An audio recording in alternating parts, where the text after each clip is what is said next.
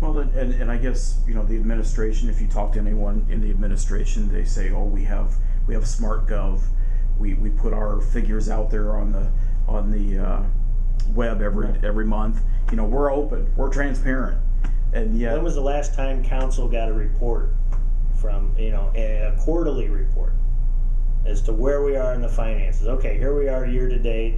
You know, here's what we budgeted, and here's where we are year to date. And I think Councilman Harper, from day one, asked for that kind of. And to the best of my knowledge, I don't think he's received it. is it also a step further, maybe, in bringing parties into the conversation before they act on things and before they, you know, a lot of times we don't hear about something until after it's put into motion. Is that part of transparency as well? Sure. Yeah, you got to have those conversations. It's much like when we were talking about the CEDA funds. Bring that neighborhood. You know, if you're going to spend $200,000 in a neighborhood, you know, bring that neighborhood into the conversation. Say, okay, look, here's what we've done. We've set aside this money here. So here's what we think we should do with it. What's your feeling? What's your opinion? Since they're the ones that's going to be impacted by it. You know, I think that's just key. I think you've got to bring the people in that are going to be impacted by the decisions. That's huge. Anything else that we didn't cover? We got light lease, we got jobs, we got fiscal responsibility. Wow, we talked about Harrison Square, public input. I'm just kind of going over some of the other questions. I can't think of anything. Can you? No. Of course, you threw me with the legacy. I don't know how I even forgot that one. I mean, that's right out in front. Come on. Yeah. Wow. I get that from everybody. Yeah, and here I was so pleased. I was doing a good job, Yeah. and yeah. Like I said, I think it goes back to basic city services. I mean, Sure. if you use,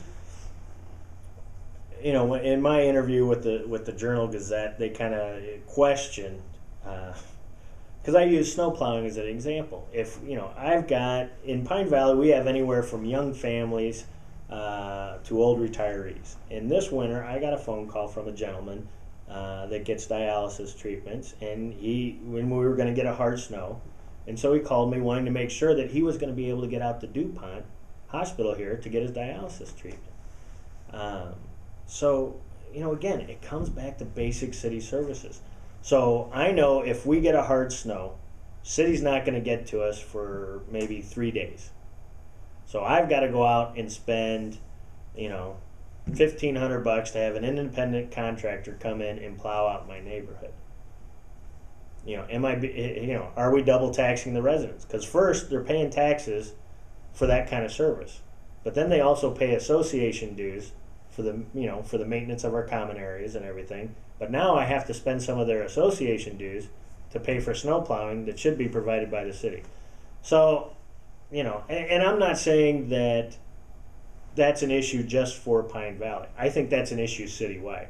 Doesn't matter whether you're in Pine Valley, down on Anthony, out, you know, Lafayette, or, you know, Times Corners. I think that's an issue citywide. We need to do a better job of making sure that when we budget appropriately to cover those basic city services first and foremost. I think I do bring some unique skill sets to council. Like I said, I've got, you know, investment experience, you know, not only in portfolio management, but also in public finance. You know, I bring my experience on Allen County redevelopment to the table as far as looking at, you know, bringing job growth, not only retention, but also then adding to our workforce. My experience as an association president, I think, you know, is something different than the other two candidates have. In all the issues I've had to deal with them, in dealing with bringing, you know, dealing with the city, dealing with the county, dealing with the state. You know, the other side of it is, and one thing we didn't cover was the process when a new business comes into town. This is another example. You know, I'm the financial secretary for St. Paul's Lutheran Church downtown, and we bought the parking lot that's on Bar Street and that's right across from the Y. And we would like to, you know, fix that up, make that corner look nice, do some nice landscaping, you know, repave the parking lot and everything. And there's an alley there between us and Subway, and you know, we would like to vacate that alley. It took us 9 months to vacate an alley. We weren't building a 20-story addition onto our church or anything like that. All we wanted to do was vacate an alley. Now, not all of that was the city issue. Some of it was dealing with the utilities, because there is not, when you deal with utilities, there is not one blanket form for dealing with the utility as far as the easements and the right-of-ways. You have to go to each utility, and you have to use their form. So, Frontier's got their form, Comcast has their form, AEP has their form. Fortunately, we had a lawyer in the congregation that was able to walk us through those steps. But even with him, it still took us 9 months. I couldn't imagine if you were somebody that was trying to do something similar and didn't have that resource in your congregation. I couldn't imagine what you would do to take that. So, when we talk about economic development and we talk about jobs and we talk about bringing employers here, we've got to make this a friendly place to do business. I don't think we're doing a very good job of it right now. Much as, you can, I'm going to be all over the place. But going back to the procedural issue and the way we bid out contracts, you've got to be fair to local contractors. So in that bid process, you have to allow adequate time for council to review those contracts. And you need to put that in the bid document as to when the actual start date is going to be fair to local contractors. And clearly, from what I read in the newspaper and see on council, it doesn't seem to be that we're doing that. So that's another issue that we need to take a look at, is the way we do our bid process, and the way we welcome businesses and make this a business-friendly place. Well, I guess that kind of raises the question, because we've heard one candidate running for mayor say repeatedly that they were unable to affect that kind of change sitting at the city council table. So what are your ideas, or what do you think you can do as a councilman to kind of change some of these bigger core issues? I'm German Lutheran, so I'm real stubborn. So, I think that goes, and like I said, I think you need to have a strong council to be able to work with the mayor's office and to get a lot of these things done. And so as a elected official for the 2nd District, that's what I would do. I would work with the mayor's office. I've got a great relationship with all 3 candidates with the mayor's office. I have a great relationship with all 3 commissioners.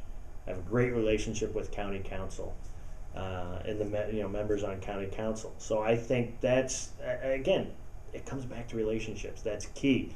You can't always have, it seems like we're always butting heads with the county, and it shouldn't be that way. Because what's good for Fort Wayne is good for Allen County. What's good for Allen County is good for Fort Wayne. So we need to make sure that we have somebody in there that has those relationships, that can have those hard conversations with the individuals, and get this thing done. Let's say May rolls around, November rolls around, you've made it through the primary, you've made it through the general election, you're elected. What would you hope to accomplish? I think we really need, and I'd be an advocate for the 2nd District. We've got, there are a lot of issues, and I think we really need to get our focus turned around back to what government does best, and that's provide those basic city services. And that's what people expect for their tax dollars. Leave the big splash projects to the private sector, because that's what they do well. They do it much better than the government can do. So I would be an advocate. I would carry the concerns from the 2nd District to the council table, because again, what I'm telling you today, that's what I get from people when I knock on their doors. And that's pretty much the first thing out of their mouth is either streets or snow removal or trash pickup. It's just basic stuff. I mean, that's what hits people home. That's great. We have a new ball diamond, and I've been to the ball diamond. It's a great ball diamond. But here we are 4 years later, and we're still dealing with the contracts we negotiated 4 years ago. Again, not an area that we really needed to be in. Let the private sector deal with that. Let us provide the roads to get people to that, and the appropriate services, the appropriate protection, and everything else to get people to these venues, but let the private sector deal with it. Well, Kurt, we appreciate your time today. Well, I thank you for the opportunity. Sure, it's been a pleasure, and we wish you well in May. Thank you. Thank you.